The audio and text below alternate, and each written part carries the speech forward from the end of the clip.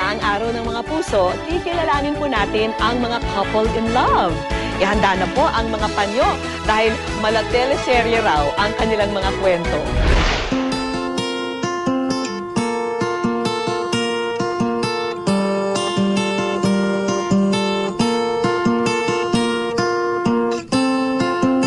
Sinasabi na ang pag-ibig, napakasarap maramdaman. Ngunit hindi ito naging madali para sa nakilala naming magkasintahan. Ako, si Leandro Palma. Ito ang aking kwentong pag-ibig. Lumaki si Andrew sa marangyang pamilya. Pero ang kanyang problema, ang una niyang napusuan, tinututulan ng kanyang ina. Andrew, come here. What's the meaning of this? Ma'am, walang masama doon. Meron. Nagmamahalan kami. Alam mong hindi ka pwedeng magkaroon ng affair sa mga mahihirap, di ba? Then, pinuntahan niya, nalaman niya yung ganito yung buhay ng babae. Ayaw niya.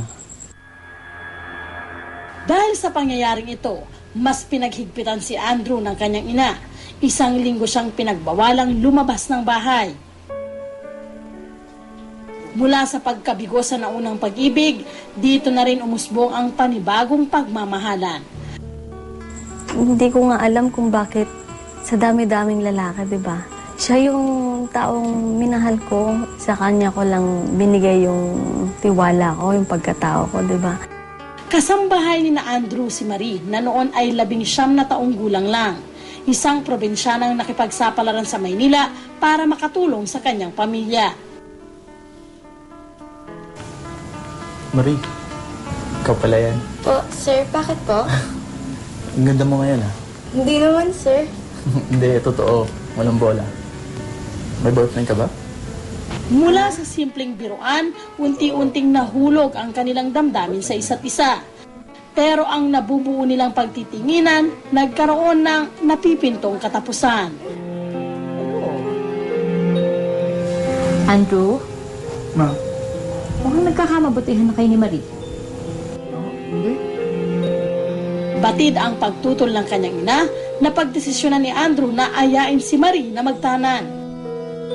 Narinig namin na nagkakaroon na ng gulo doon sa taas dahil nahanap na si Marie at saka ako. Sumugal ang magkasintahan at tumulak sa probinsya upang magsarili. Dito sila napadpad sa isang barong-barong na mismong si Andrew ang nagtaguyod.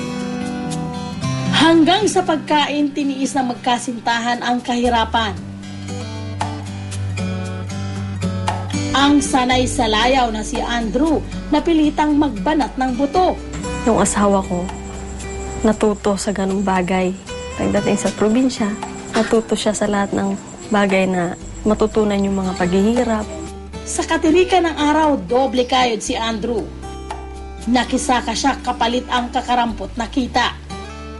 Yung may araw na wala na kami makain, sabi, gawa na tayo ng paraan. Nagpaturo na ako kung paano magtanim.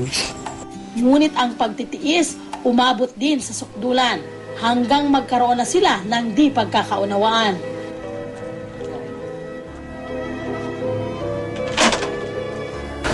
Okay lang, pahinga ka na. Anong pagkain? Wala eh. Anong wala? Wala tayong ulam. Di ba dapat ginagawa ng paraan yan? Anong gusto mong gawin ko? Wala tayong pera.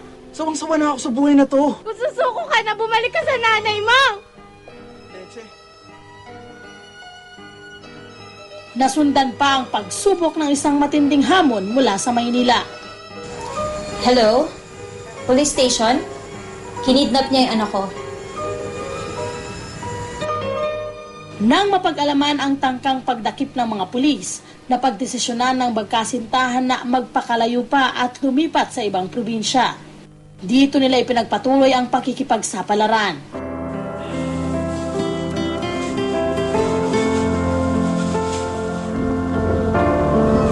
Salamat, Tiis-tiis muna tayo, ha? Balang araw makakaraos din tayo. Talaga? Basta nandiyan ka lang palagi. Walang problema sa akin yan. Hindi kita iwanan, no? Talaga? Pangako. Hanggang sa lumalim ang pag-intindi nila sa isa't isa, mas naging matiisin ng dalawa sa payak na pamumuhay at tumibay ang pagsuporta sa bawat isa. Pagkatapos ng 4 na taon, napagdesisyonan na rin nilang iwasto ang nakaraan. Ma! I'm sorry.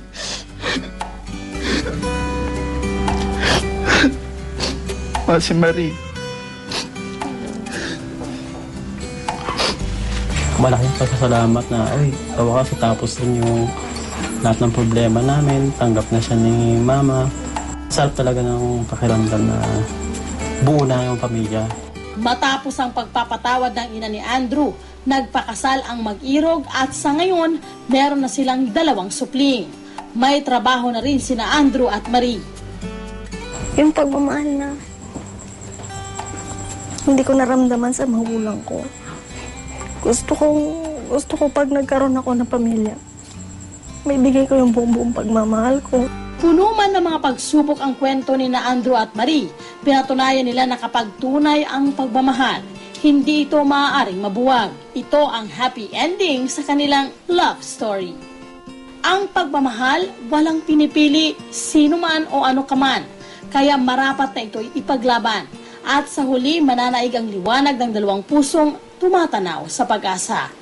Ang iyong mga mata ay hitik sa alaala